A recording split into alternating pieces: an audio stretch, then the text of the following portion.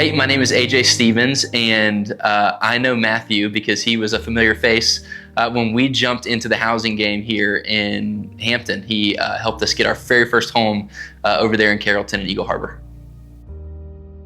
When I think of creating a family legacy, I think of every value, every moral, every piece of wisdom, every experience that was passed down to me from my parents, from their parents, from my wife's parents, from her parents' parents, and the molding, the shaping, all of those moments and intricacies that make us who we are. They're the reason we do the things we do. They're the reason we have people in our home. They're the reason we react a certain way. And so when I think of family legacy, I think of every impression, every lasting impression that our parents and their parents instilled in them, and they instilled in us.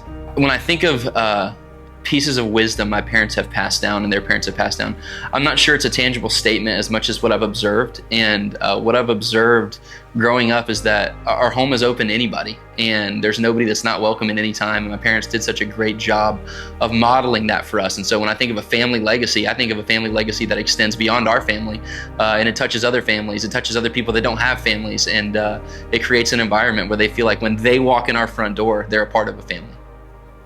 I think there's a million different ways you can create a legacy. I think there's a million different variables that play a role in that. But I think a home is such an important piece to the equation. And you can dwell anywhere, right? And you can have people in any dwelling place, but the home you choose is going to set a foundation for who you are and who your family becomes. And so I think when we start looking for a home, I'm immediately thinking, my wife and I are immediately thinking, can this be a place where we facilitate blessings? Can this be a place where we can make people feel welcome? Can this be a place where when people walk in our front door, anxiety gets offloaded, depression gets offloaded, and they just feel comfortable, welcome, and safe? And so I think a home can be made out of anything, but what you choose as a home, where you choose your home to be, really extends beyond the four walls of the places you pick. I think it's an environment that you create with the piece of property you've chosen. And so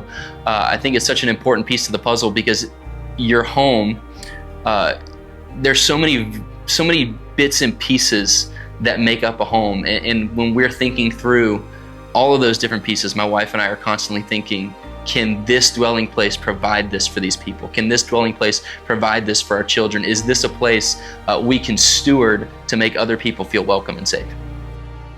If I could go back in time and talk to a younger AJ and say, AJ, this is how you would create a legacy, or this is how you should create a legacy, honestly, I would tell him to keep leaning into the things that we leaned into. I would say, don't shy away from your generosity. Don't stop being who God created you to be because financial strains or anything else. Just be open-handed, be generous. Everything you have is so that you can steward it so well to other people, their blessings and gifts that God has given you. So honestly, if I could go back in time and tell AJ one thing about a family legacy, I would tell him, hey, stress less and keep leaning in, keep being generous. God's going to take care of it. It's the model you see throughout creation order. Just trust him with the end results. You keep being generous with your friends, your time, and your family.